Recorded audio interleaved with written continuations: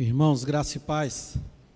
Vamos abrir as nossas Bíblias em Gálatas 6, de 1 a 11, de 11 a 18, por favor. Gálatas 6, de 11 a 18. Vejam com que grandes letras vos escrevi de próprio punho. Todos os que querem ostentar-se na carne, esses querem obrigar vocês a se deixarem circuncidar e agem assim somente para não serem perseguidos por causa da cruz de Cristo. Pois nem mesmo os que se deixam circuncidar guardam a lei, mas querem apenas que vocês se submetam à circuncisão, para que eles possam se gloriar na carne de vocês. Mas longe de mim gloriar-me, senão na cruz de nosso Senhor Jesus Cristo, pela qual o mundo está crucificado para mim, e eu estou crucificado para o mundo. Pois nem a circuncisão é coisa alguma, nem a incircuncisão, mas o ser nova criatura. E a todos os que andarem em conformidade com esta regra, paz e misericórdia sejam sobre eles e sobre Israel de Deus.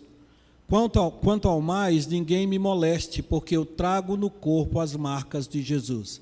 A graça do nosso Senhor Jesus Cristo esteja com o espírito de vocês, irmãos. Amém. O nosso tema hoje é as marcas de Cristo. Nós já lemos alguns textos de Gálatas no desenvolvimento do programa do culto. Quando a gente fala em Galácia, a gente está falando numa província romana em 25 a.C. Augusto formou a província romana da Galácia, assim chamada porque uma tribo de gauleses se estabelecer ali no século 3 a.C. A Galácia é a Turquia hoje. Quem gosta de futebol aí, o Galatasaray, né? O nome já tem tudo a ver.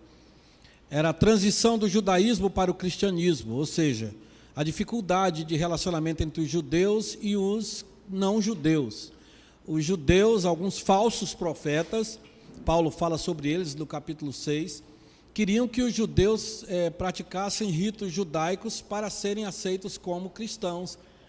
E isso estava causando dificuldade no meio da igreja, ao ponto de Cristo continuar sendo um coadjuvante do judaísmo. Paulo, então, de forma pastoral e firme, ele escreve, manda carta para a igreja, já havia se relacionado com essa igreja em outras viagens missionárias, ele escreve dizendo que justificação é mais que circuncisão. A lei aponta para Cristo. Nós lemos isso claramente nos outros textos que foram lidos aqui na liturgia. A lei aponta para Jesus. Ele cita a fé de Abraão, ele cita o exemplo dos patriarcas, ele cita o próprio ministério de Jesus Cristo aqui na terra. Para Paulo, então, nesse livro, a ação do Espírito Santo é descrita de forma bem elucidativa e desafiadora. Paulo fala de fé, dos dons, do louvor, da plenitude, do compromisso. Ele fala, Cristo vive, não sou mais eu quem vive, mas Cristo vive em mim.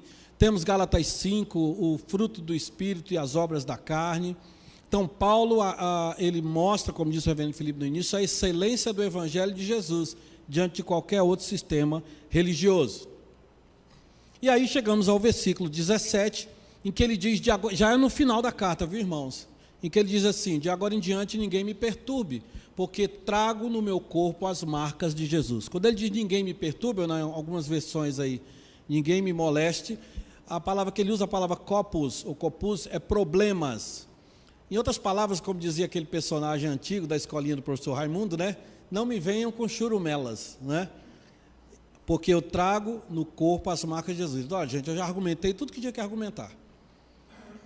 E vou dizer mais para vocês, eu não argumentei de mim mesmo, não argumentei porque como eu não sou como esses aí que querem só tirar vantagem em cima de vocês e não querem ser perseguidos. Eles querem um evangelho apenas institucional. Ele falou, eu trago no corpo as marcas de Jesus. Ou seja, a oposição por legalismo ou licenciosidade à autoridade apostólica, a qual está seguramente selada pelas marcas de Jesus. Em contraste com os mestres judaizantes que se glorificam na fé dos outros. Ele diz isso claramente no capítulo 6, que nós lemos aqui no versículo 14. Então nós poderíamos dizer que as marcas de Jesus, a que Paulo se refere, poderíamos dizer que é o ensino. As marcas de Jesus, as marcas do ensino. Paulo diz em Romanos 15, né? Poderíamos falar assim, que tudo que foi escrito, né, que outrora foi escrito, para o nosso ensino foi escrito, para que através da consolação das Escrituras tenhamos esperança. É a liturgia, a marca de Cristo? É. O culto, o serviço, o louvor a Deus, Paulo fala sobre isso. É o caráter de Jesus? É, pode ser. Nós estamos estudando aqui as bem-aventuranças, né? As bem-aventuranças são o cartão de visita de Jesus, a mensagem de Jesus para a nossa vida, para o nosso comportamento. Poderia ser a teologia? Sim, Paulo escreveu para muitos teólogos a carta magna, né, da teologia, que é Romanos, né, teologia pura. Paulo aqui está falando das marcas de Cristo, a cosmovisão que ele tem, não mais eu vivo, mas Cristo vive em mim. Poderíamos entender assim, fazemos uma mensagem aqui linda e maravilhosa, cheia de palavras bonitas e rebuscadas sobre as marcas de Cristo. Poderíamos até fazer um poema aqui, as marcas de Jesus, né? Mas Paulo usa a palavra estigmata. Eu trago no corpo os estigmas de Jesus. Na versão americana, viu, Grace? Eu falei aqui que um erro, né? Um ato falho, eu falei que a King James era a versão americana, né? Uns ingleses aqui da igreja quase que entravam na justiça contra mim, né? Uns ingleses, não vou dizer quem são, não, uns, né? Até na frente eu falei assim, eu estou muito britânico hoje que eu citei, mas foi um ato falho. Se bem que dizem que há uma versão da King James americana, mas não é o caso. A versão King James original de 1611 é a versão inglesa. Essa é a versão americana, American Standard Version. Eita, né? Na ASV, na versão americana, aparece uma palavra muito interessante, brand mark, marca registrada, logomarca, selo. Paulo diz, eu trago no meu corpo as marcas de Jesus. Estigma. E o que era o estigma? O estigma era um sinal perfurado ou marcado a ferro e fogo no corpo. De acordo com o antigo costume oriental, escravos e soldados levavam o nome ou o sinal do seu mestre ou comandante marcado ou perfurado, cortado em seus corpos, para indicar a que mestre ou general eles pertenciam. Estigma. As cicatrizes, é isso que Paulo está querendo dizer. As cicatrizes feitas com o azorrague, esse instrumento que está aqui do lado, né? Só que esse aí é um instrumento, ele é mais light, né? Ele só tem 3. O azorrague era um instrumento de tortura comum na Roma antiga, usado pelos soldados para supliciar os condenados. Era composto por 8 tiras de couro, que em cada ponta possuía um instrumento pérfuro cortante ou um pedaço de osso de carneiro. Tinha seu uso aplicado como pena subsidiária em alguns casos, onde o condenado à morte deveria sofrer o castigo físico em público antes de ser executado. Quem apanhou disso até, né, Jesus. Ele ficou horas apanhando com um azorrague desse. Paulo, nós vamos ver que ele também sofreu bastante. Os apóstolos sofreram bastante. Tem até uma versão, um texto que diz assim, depois de lhe darem não muitos açoites, quer dizer, não foi muito, foi só um, né? Mas é isso aí, essa figura charmosa aí, esse azorrague, né? Também chamado de flagrum. E o dever de casa para os juristas aqui presentes, será que a palavra flagrante tem alguma coisa a ver com flagrum, né? Fica o dever de casa aí para vocês, depois vocês me falam, né? Para que existe Google, né? Vamos em frente. Na Igreja Católica Romana, as 5 santas chagas, também conhecidas como 5 chagas sagradas ou 5 chagas preciosas, são as 5 feridas que Jesus sofreu durante a crucificação. As feridas têm sido foco de devoções particulares desde a Idade Média. O santo que representa essa devoção é Santo Expedito, que viveu no século 3 depois de Cristo. Então, na Igreja Católica, isso é instrumento de devoção. As pancadas que Jesus Cristo recebeu na cabeça, nas costas, nos 2 pulsos e nos pés. Às vezes não, mas contar dá 6, né? Mas na verdade os pés eram colocados um sobre o outro, né? E o prego perfurava os 2. Que maravilha, hein? Então, para a Igreja Católica, isso é uma doutrina, vamos dizer assim. Os estigmas de Jesus Cristo, o sofrimento de Jesus Cristo. O Santo Expedito viveu no século 3 depois de Cristo. E ele era um militar romano que se entregou ao cristianismo e foi, sofreu muito, sofreu torturas fortíssimas por causa de Jesus. Perto da minha casa, ali no Jardim América, né, tem a parte dos ricos até o Goiânia Shopping. Depois do Goiânia Shopping, aí o padrão vai, né, caindo, aí chega onde eu moro. lá no Jardim América. Tem uma igreja perto, a igreja de Santo Expedito. E ela é lotada, uma igreja muito, muito vibrante, muito animada. Tá lá, a Paróquia dos Sagrados Estigmas de Jesus, Igreja de Santo Expedito. E tem uma estátua muito bonita, né? Uma obra de arte muito bonita de Expedito, né? Que viveu na Idade Média. Bom, uma coisa eu digo para vocês. Portanto, nós concluímos que as marcas de Cristo são físicas. Não são apenas o ensino, não é apenas a liturgia, não é apenas a cosmovisão cristã, a teologia. As marcas de Jesus são físicas. Eram físicas. E continuam sendo, porque depois da ressurreição, o que é que ele falou para Tomé? Vem cá, coloca o dedo aqui. Ó. Um espírito não tem isso. Olha aqui as marcas. E ele ressuscitou com o corpo inteiro. Por isso que Paulo diz, eu trago em meu corpo, a palavra somati. As cicatrizes de Paulo indicam a quem ele pertence. Nesse texto, Paulo associa sua autoridade apostólica ao preço físico, eu disse físico, que ele pagou como servo e soldado de Cristo.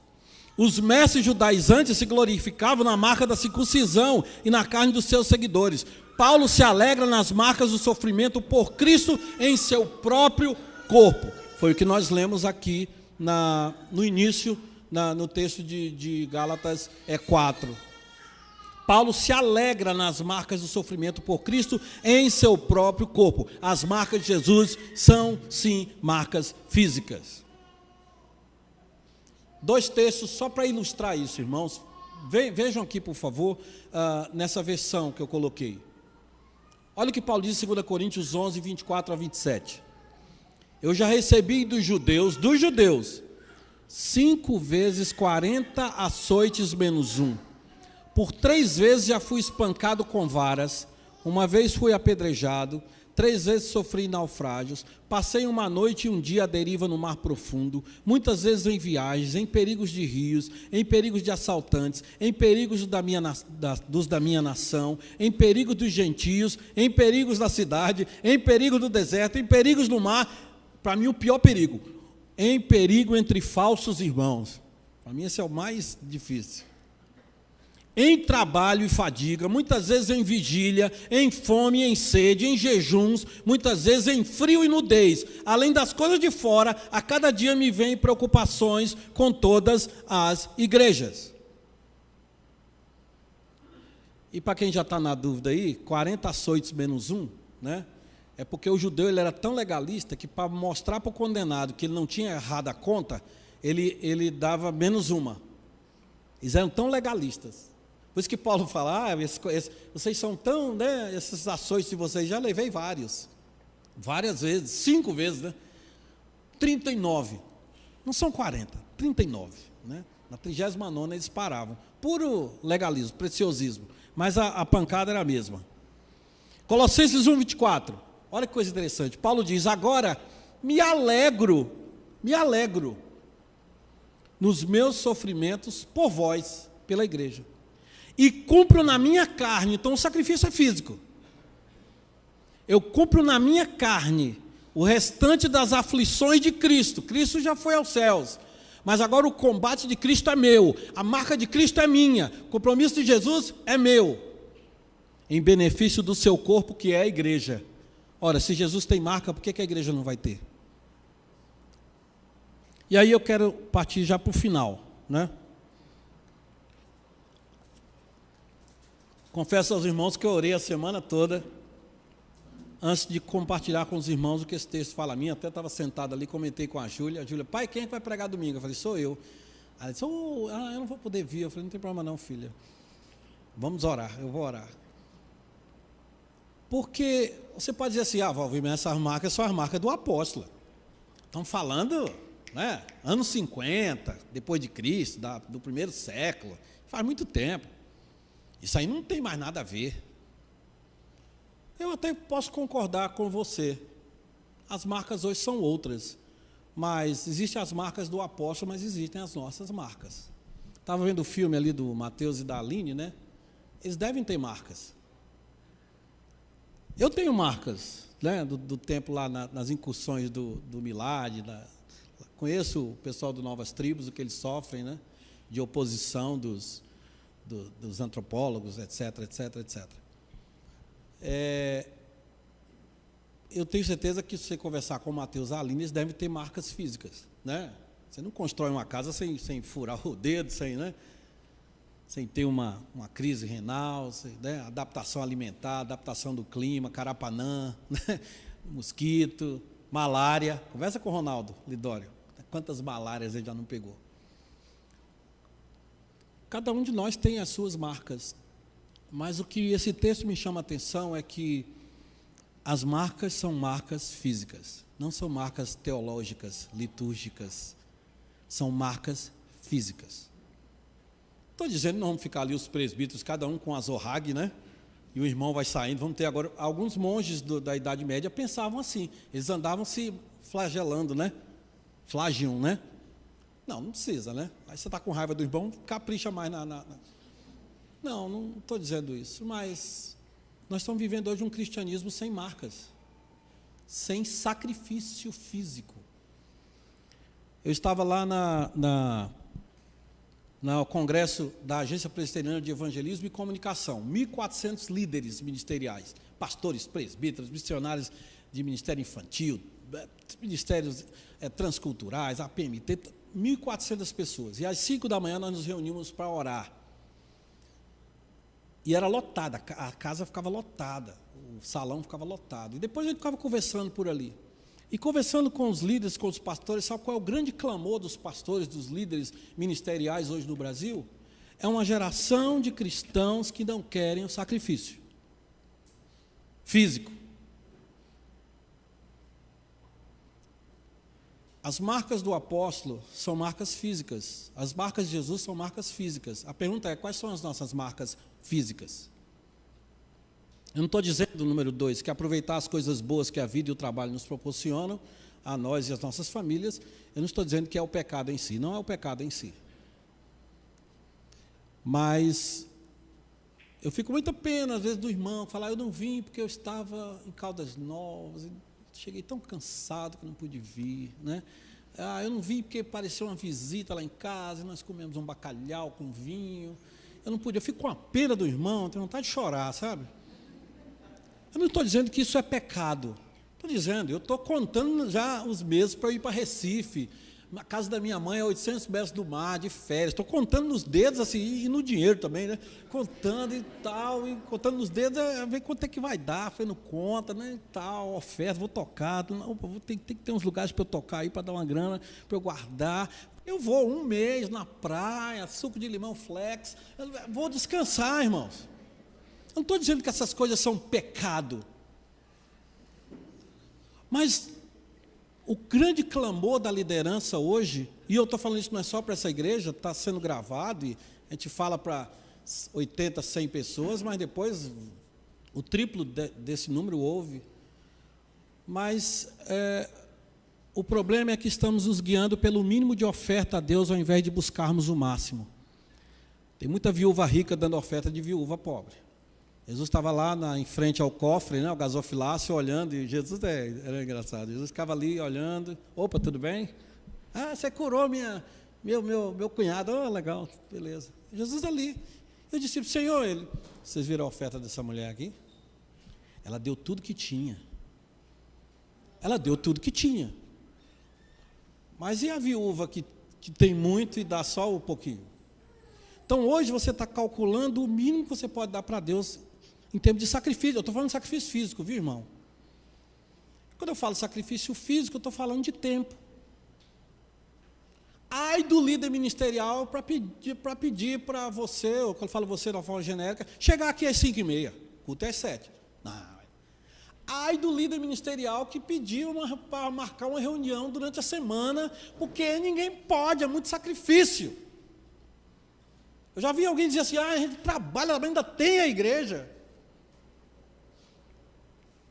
A parte mais difícil do sacrifício hoje é o tempo, a parte mais difícil do sacrifício hoje é o compromisso, sim. A dificuldade em você dar um tempo a mais. É interessante, irmãos, já estou indo para o final. Já estou no final. Você vai para o jogo de futebol? Futebol. Você joga das 4 às 8. Se não tem luz, quando tiver luz, você está no escuro, você jogando. Aí você chega em casa quebrado, assim, quebrado. Tem que tomar Torcilax, Dorflex, Buscopan, Voltaren. Então, assim, fala, que jogo bom, que treino bom. Cheguei moído do treino, né? Você vai lá para a bike, agora é bike, a moda agora é bike. Você vai para a bike, cheguei quebrado da bike. Fui jogar tênis, cheguei quebrado. Fui jogar futebol, cheguei quebrado em casa. Você chega feliz, quebrado. Você já saiu aqui da igreja quebrado de tanto trabalhar na igreja? Servir ao Senhor? Carregando cadeira, ajudando a montar mesa, e não sei o quê, e tal. Uma das coisas que eu tenho saudade lá da igreja presbiteriana da Gávea, onde eu servi durante um tempo, antes de vir para cá, é que domingo nós temos 3 cultos, né? Lá tem 3 cultos. O culto das 9, o culto das 11, que termina 1 da tarde, e o culto das 7, que termina às 8h30. São 3 cultos. A equipe de música chega cedo. Hoje eu mesmo vi lá um casal muito, muito legal, que são da minha época lá, eles moram em Nilópolis, Baixada Fluminense, mais de 1 hora para chegar lá. Às vezes eu chamava eles para dormir lá no kitnet onde eu dormia, porque para eles voltarem, né? Então a turma da manhã, o culto é às 9. Aí até a gente arrumou um café para eles, vamos arrumar um café para a turma, né? Especial aqui, porque chegam cedo. Aí tem um culto das 11. Aí o pastor ele prega no culto 1, no culto 2, no culto 3. A equipe da manhã toca no culto 1, no culto 2, e tem uma equipe que toca lá. Então, toca no culto da noite. Então você sai da 1 hora, almoça, chega em casa, dá descansar, já está na hora de voltar. Porque tem um culto das 7, você tem que chegar cedo. Quando termina, irmãos, assim, 8h30, é a melhor coisa. Olha, eu olhava para o Leonardo e para o Alexandre, e eu falava assim, gente, a melhor, depois do domingo a gente fala assim, né, Felipe? A gente fala assim, ai, que bom, que maravilha servir a Deus. Às vezes moído, quebrado, porque o exercício mental, o exercício intelectual, de tocar, de pregar, de cantar, é um exercício físico também. Mas você quer a lei do mínimo esforço. Aí você deve estar pensando aí, Valvin, não tem família não para estar falando isso. E o tempo para a família? É engraçado que a família só entra na conta na hora de fazer as coisas da igreja, porque se for para apresentar um projeto, se for para apresentar uma coisa, você manda os meninos para casa da sogra, você chama a esposa para trabalhar com você, você cancela todos os seus compromissos, mas eu tenho que fazer isso aqui. Você chega acabado, mas entrega.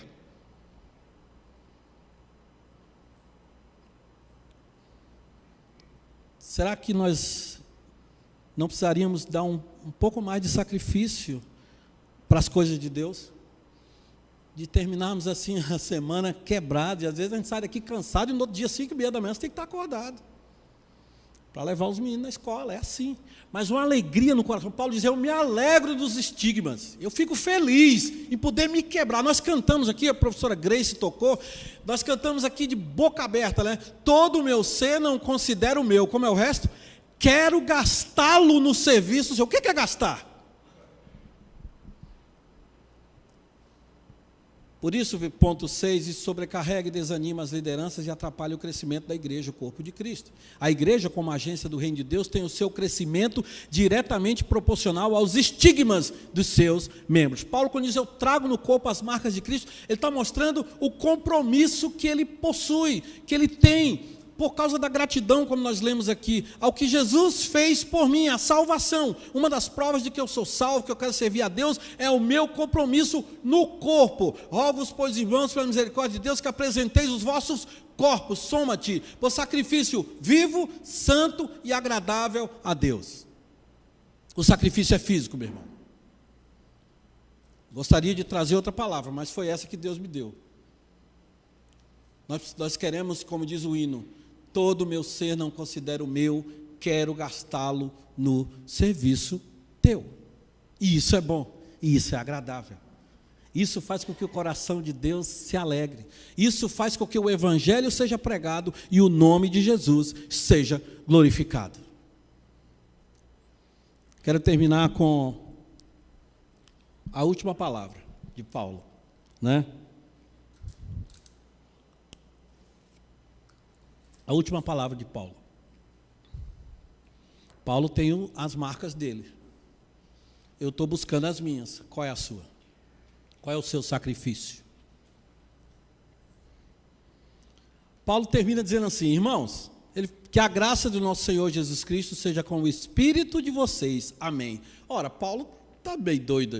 Ele vem falando corpo, estigma, corpo. Aí no final ele fala que a graça de Deus seja com o espírito de vocês.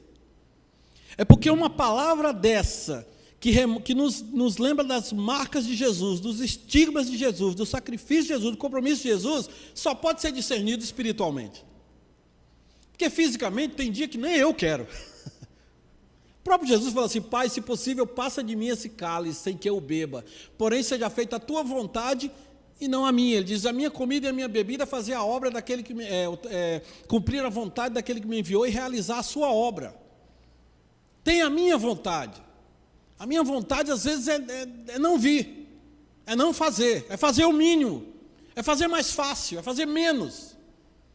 Por isso que ele diz que a graça do nosso Senhor Jesus Cristo, eu podia ficar falando aqui 1 hora, nós temos uma série de mensagens sobre coerência, mas é o Espírito de Deus e a graça de Jesus Cristo que vai falar comigo nesse momento, vai falar no seu coração nesse momento e vai dizer assim, eu quero marca.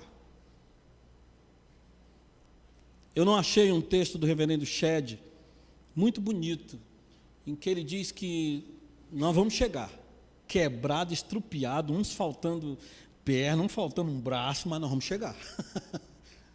A guerra era assim, o povo fazia festa para os soldados voltando, e tinha soldado que vinha só 80% do soldado, o restante ficou no campo de batalha.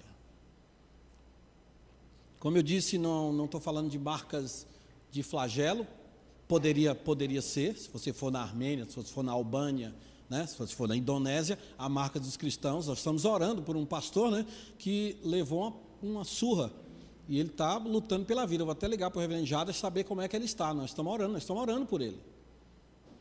Entraram na igreja e deram cura, e o primeiro é o pastor titular, é o primeiro a apanhar, né? Entrar aqui, eu falo, opa, auxiliar, o titular, o reverendo Felipe. Eles procuram quem é o pastor da igreja aqui. Aí depois pastor, vice-presidente do conselho, né? Presbítero de disponibilidade, aí vai descendo, né? Apanha todo mundo. Pensou? Não estou falando dessas marcas, irmão. Estou falando da marca do tempo, da dedicação, do serviço. Está chegando o acampamento da igreja. Preletor, a comprar uma passagem, nós estamos animados, mas não precisar de equipe. Não precisa de gente para trabalhar. Trabalho pronto para ti, cristão. E não canta com a boca cheia, né? Mas nós precisamos de gente que chega aqui 5 horas da tarde, que sai daqui 10 horas da noite, né? De gente que ajude a igreja a crescer, porque a igreja está crescendo, pela graça de Deus. Por isso que Paulo diz que a graça do nosso Senhor Jesus seja com o espírito de vocês. Amém, irmãos? Que nós saiamos daqui. Não que ninguém saia chateado comigo, né? Eu preguei uma vez numa igreja sobre os sem igreja, uma igreja onde eu trabalhava, e uma família da igreja nunca mais falou comigo, nunca mais, nem olhou na minha cara. Aí eu ia lá cumprimentá-los, um dia eu falei, olha, eu queria visitar vocês. Eles disseram, não, se a gente quiser falar com você, a gente vai no seu gabinete, pode ficar tranquilo, não quer papo com você mais não. E nunca mais olharam na minha cara. Se eu encontrar com ela na rua, os irmãos, eles desviam, só porque eu falei algo que eles acharam que eu não deveria ter falado. A regra é clara, né? O texto é claro. Nós fomos resgatados da lei para agora sermos escravos e servos de Jesus. E o servo de Jesus, ele tem que ralar, tem que ter marca. Não é isso que nos leva à salvação, é por causa da salvação. Paulo tem as marcas dele, o Mateus e a Aline têm as marcas dele, depois vocês vão lá conferir, né? Qual é a sua marca? Qual é o seu sacrifício? Vamos orar? Pastor Felipe.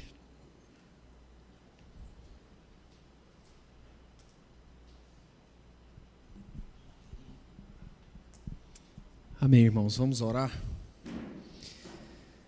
Deus, muito obrigado por essa palavra que o Senhor nos trouxe através da vida do pastor Valvir, Deus. Obrigado porque a tua palavra é uma palavra que nos confronta, que nos ensina e nos coloca no caminho correto, na vontade do Senhor. Nos ajuda, Deus, a entender quais são as marcas que deveremos ter com alegria por servir ao Senhor.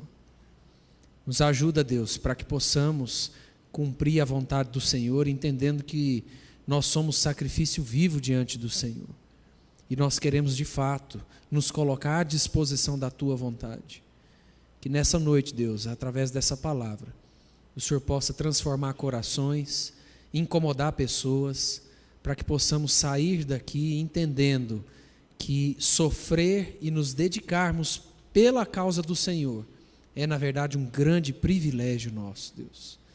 Muito obrigado, Pai, por essa palavra, e que a graça do Senhor Deus, nosso Pai, que o amor de Jesus Cristo, seu Filho, que morreu e ressuscitou no nosso lugar, e que as consolações, as convicções do Espírito Santo estejam presentes na nossa vida durante mais esta semana e durante toda a nossa vida, em nome de Jesus. Amém.